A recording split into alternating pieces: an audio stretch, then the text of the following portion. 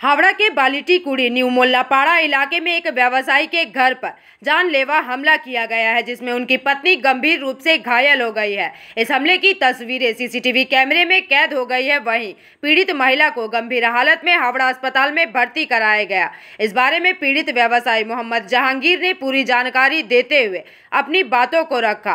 परिवार का आरोप है कि इस हमले में शेख वासिम और उसके लोग शामिल थे। इस घटना के बाद पीड़िता को तुरंत हावड़ा अस्पताल ले जाया गया, जहां उनकी हालत बेहद गंभीर बनी हुई है। परिवार ने दासनगर थाने में लिखित शिकायत दर्ज कराई है। हालांकि उनका आरोप ये भी है कि पुलिस इस मामले में कोई सक्रियता नहीं दिखा रही है। इसके अलावा स्थानीय लोगों और परिवार का दावा है कि शेख वासिम इलाके में अवैध जल व्यापार और तालाब भरने जैसे गैरकानूनी कामों में लिप्त था। मोहम्मद जहांगीर ने जब तालाब भरने का विरोध किया था, तभी से वासिम उन्हें निशाना बना रहा था और एक छोटी सी घटना को बहाना बनाकर की गई इस हिंसक वारदात से इलाके में तनाव का माहौल व्याप्त है। इसके अलावा पुलिस की कथित निष्क्रियता को लेकर भी स्थानीय लोगों में भारी नाराजगी देखी जा रही है। पता चला है कि पुलिस ने दासनगर थाने में मोहम्मद जहांगीर की शिकायत के साथ साथ पलटवार में की गई शिकायत भी दर्ज कर ली है। पुलिस अब सीसीटीवी फुटेज की मदद से मामले की जांच कर रही है।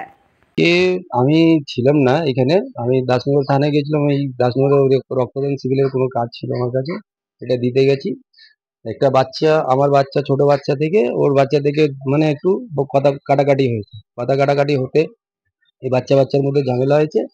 এবার তারপরেই ওরা কি করেছে, ওর ওয়াসিম খান আর কালিম খান আরও অন্য পাড়ার ছেলে, যেটা পঞ্চায়েতে পড়ে, পুরো ছেলেদেরকে এনে আমার এখানে এই বাড়িতে এসে দরজা ভাঙচুর করে। যেন আমার বউরা ভেতরে আছে, বলছে বেরো নাহলে মেরে দেবো। আবার যখন দরজা ভেঙে দেয়, ভেঙে দিয়ে আমার বউয়ের উপরে হাত ছেড়েছে।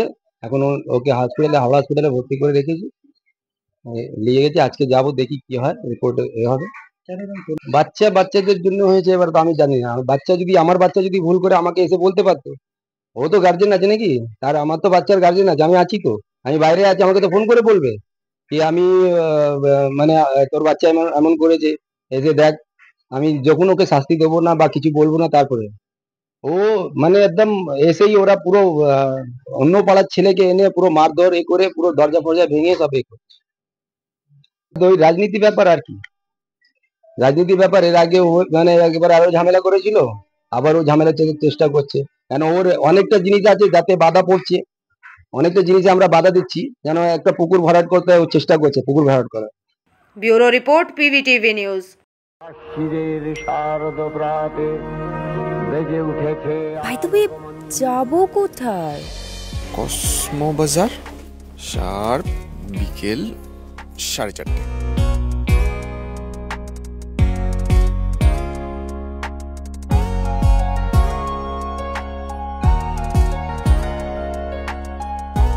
এই দেখ, ওরাও এখানে চলে এসছে।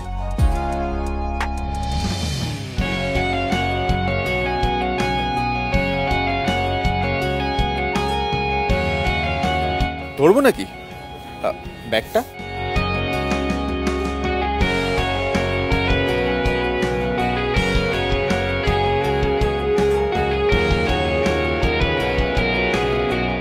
কথা রাখলাম। চয়েস ভালোই, কিন্তু কার জন্য? এই পুজোয় যাকে ভালো লাগবে তাকেই দেব।